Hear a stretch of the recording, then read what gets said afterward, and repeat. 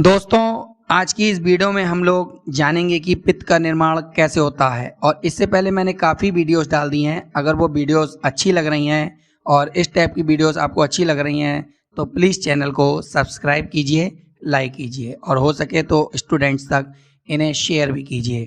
तो चलिए जान लेते हैं कि हमारा पित्त कैसे काम करता है, जिसे हम बाइल भी बोलते हैं। तो आप ये जानते हैं कि हमारा पित्त, जिसे इंग्लिश में बाइल कहते हैं, ये कैसे बनता है। आपने आयुर्वेद में और किसी भी नेचुरोपैथी में ये बात बार बार सुनी होगी कि जब किसी का पित्त गड़बड़ होता है तो बहुत सारी बीमारी आ जाती हैं। इसीलिए इस पित्त वर्ड की पॉपुलैरिटी के कारण हमें ये जानना ही पड़ेगा कि आखिर ये पित्त, जिसे हम बाइल कहते हैं, इसका निर्माण हमारे शरीर में होता कैसे है और इसका काम क्या होता है। तो पित्त यानी बाइल जूस हमारे शरीर में एक येलोइश ग्रीन कलर का फ्लूइड होता है, जिसका काम मेनली हमारे शरीर में जो हम घी तेल खाते हैं उनका पाचन करना होता है। और ये जो पित्त रस है ये मेनली बने होते हैं water, bile acid, bilirubin, cholesterol, phospholipids, electrolytes, xenobiotics जैसी चीज़ों से। मुझे पता है ये सब चीज़ हैं, सुनकर आप कंफ्यूज हो गए होंगे, लेकिन एक एक करके जब मैं आपको इन सब के बारे में बताऊंगा तो आपका सभी कंफ्यूजन पूरी तरीके से दूर हो जाएगा और आप ये जान पाओगे कि हमारे शरीर में पित्त का निर्माण कैसे होता है। तो देखिए, शुरुआत करूंगा मैं इस टॉपिक से आपको ये बताकर कि लिपिड्स क्या होते हैं। देखिए, जो तेल घी वगैरह हम खाते हैं उससे बायोलॉजी की भाषा में दरअसल लिपिड्स कहते हैं। ये एक बहुत ही ब्रॉड टर्म है। समझने के लिए आप क्या कीजिए, आप ये जानिए कि जो तेल घी वगैरह हम खाते हैं वह ही लिपिड्स होते हैं। इस पर मैंने एक वीडियो बनाऊंगा जो आप देखेंगे बाद में। जब हम घी तेल वगैरह खाते हैं तो ये डाइजेस्ट होकर हमारे शरीर में फैटी एसिड और ग्लिसरॉल के रूप में ब्लड में सर्कुलेट होते हैं। और जब यही फैटी एसिड हमारे सेल के साइटोप्लाज्म में आता है तो इसमें विभिन्न एंजाइम की क्रिया के कारण कोलेस्ट्रॉल में बदल जाता है। और ये कोलेस्ट्रॉल बहुत ही ज़्यादा इम्पॉर्टेंट होता है हमारे शरीर में बाइल यानी पित्त के निर्माण के लिए। अब देखिए होता क्या है। सबसे इम्पॉर्टेंट पार्ट हमारे बाइल जूस का, जो कि बाइल एसिड होता है, इसमें ये कोलेस्ट्रॉल बहुत ही ज़्यादा इम्पॉर्टेंट रोल प्ले करता है। बल्कि यही कोलेस्ट्रॉल ही बाइल एसिड में कन्वर्ट होता है। अब ये कैसे होता है, ये एक बहुत ही लॉन्ग प्रोसेस है जो कि बायोकेमिस्ट्री का एक हिस्सा है। इसमें बहुत सारे एंजाइम और केमिकल रिएक्शन होते हैं। मुझे लगता है ये जानना अभी इस वीडियो में ज़रूरी नहीं है। देखिए, जैसे ही ये कोलेस्ट्रॉल ब्लड के थ्रू हमारे लीवर में पहुंचता है, लीवर में बहुत सारी क्रियाएं होती हैं। इस कोलेस्ट्रॉल के साथ बहुत सारे एंजाइम की क्रिया होती है। जैसे सबसे पहले इसी कोलेस्ट्रॉल पर 7 अल्फा हाइड्रोक्सीलेज एंजाइम एक्ट करता है, जिसके बाद बने प्रोडक्ट पर और भी बहुत सारी केमिकल रिएक्शन होती हैं और लास्ट में यही कोलेस्ट्रॉल 2 एसिड में बदल जाता है, कॉलिक एसिड और सैनोडेऑक्सीकॉलिक एसिड में। और ये जो एसिड बने हैं कोलेस्ट्रॉल से लीवर के अंदर, यही बाइल एसिड कहलाते हैं। देखिए, इसी लीवर के अंदर अब क्या होता है कि ये जो 2 बाइल एसिड बने हैं, कॉलिक एसिड और सैनोडेऑक्सीकॉलिक एसिड, ये संपर्क में आ जाते हैं 2 प्रोटीन से, जिसे ग्लाइसिन और टॉरिन के जब बोला जाता है। जब ये कॉलिक एसिड ग्लाइसिन के संपर्क में आता है तो ये बन जाता है ग्लाइकोकॉलिक एसिड, और जब ये कॉलिक एसिड टॉरिन के संपर्क में आता है तो इसे टोरोकॉलिक एसिड बन जाता है। और कॉलिक एसिड का ये 2 कंजुगेशन कंबाइंडली कहलाता है डीऑक्सीकॉलिक एसिड में। तो ये तो हुआ कॉलिक एसिड का कंजुगेशन।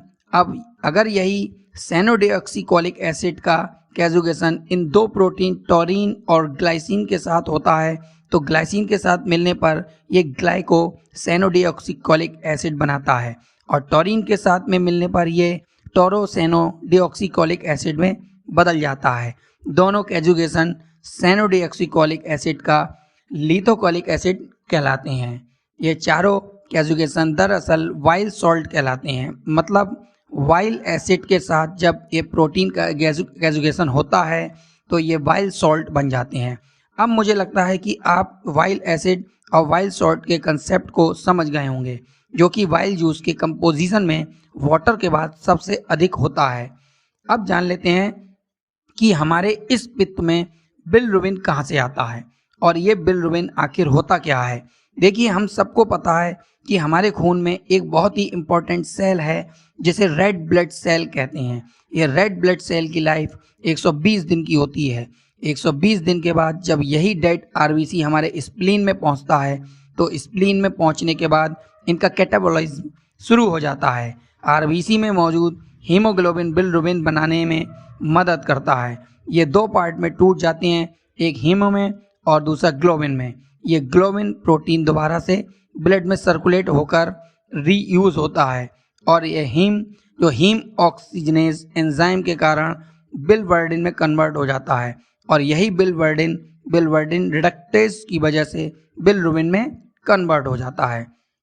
फिर यही बिलिरुबिन ब्लड आकर ब्लड प्रोटीन एल्बुमिन के साथ बाइंड होकर ब्लड से होते हुए हमारे लीवर में पहुंचता है, जहां पर एल्बुमिन बिलिरुबिन अनवाइंड होकर हमारे हेपेटाइटिस में पहुंचकर बाइल जूस में जाकर मिल जाता है। इसके अलावा हमारे बाइल जूस में कुछ ज़ेनोबायोटिक होते हैं जो कि हमारे शरीर में फॉरेन सब्सटेंसेस होते हैं, जैसे पेस्टिसाइड्स, ड्रग्स, पोल्टेंट्स वगैरह, जो हम वॉलेंटरली एंड इनवॉलेंटरली कंज्यूम कर लेते हैं। इसी बाइल जूस में कुछ मॉलिक्यूल कोलेस्ट्रॉल के भी आ जाते हैं हमारे लीवर से ही, जो कि बहुत ही इम्पोर्टेंट रोल प्ले करते हैं हमारे लिपिड्स के डाइजेशन में। ठीक इसी तरह हमारे लीवर के हेपेटोसाइट्स हमारे बाइल में बहुत ही इम्पोर्टेंट रोल प्ले करने के वाले फॉस्फोलिपिड्स को भी रिलीज करते हैं। इसमें फॉस्फोलिपिड लेसिथिन के फॉर्म में रिलीज किया जाता है लीवर के हेपेटोसाइट्स के द्वारा। एक बार बाइल जूस बन गया तो ये लीवर से सीक्रेट होते हमारे गॉल ब्लैडर में स्टोर हो जाता है, जहाँ पर गॉल ब्लैडर इस पित्त यानी बाइल से थोड़ा वाटर एब्जॉर्ब कर लेता है, जिससे बाइल का कंसंट्रेशन थोड़ा बढ़ जाता है। एक बार जब हम फूड खा लेते हैं और फूड जैसे ही स्मॉल इंटेस्टाइन के ड्यूडेनम में आता है, एक हार्मोन कोलेसिस्टोकिनिन गॉल ब्लैडर को सिग्नल देता है इस बाइल को रिलीज करने के लिए। देखिए, हर दिन हमारी बॉडी लगभग 400 से 500 ml पित्त यानी बाइल का निर्माण करती है। एक बार पित्त अपना काम कर ले स्मॉल इंटेस्टाइन में, उसके बाद 95% बाइल दोबारा से हमारे लीवर में एंटीरियोफैटिक सर्कुलेशन के थ्रू एब्जॉर्ब हो जाता है। तो दोस्तों, आज की इस वीडियो में हम लोग ने जाना कि हमारे शरीर में पित्त का निर्माण कैसे होता है। दोस्तों, अगर वीडियो अच्छी लग रही हो और इसी तरीके की और अच्छी वीडियो पाना चाहते हैं और आयुर्वेदिक से जुड़े हुए बहुत रहस्य जानना चाहते हैं तो वीडियो को लाइक कीजिए, शेयर कीजिए और सब्सक्राइब करना चैनल को बिल्कुल मत भूलिए। मिलते हैं हम लोग नेक्स्ट वीडियो में नई वीडियो के साथ। तब तक के लिए जय हिंद, जय भारत।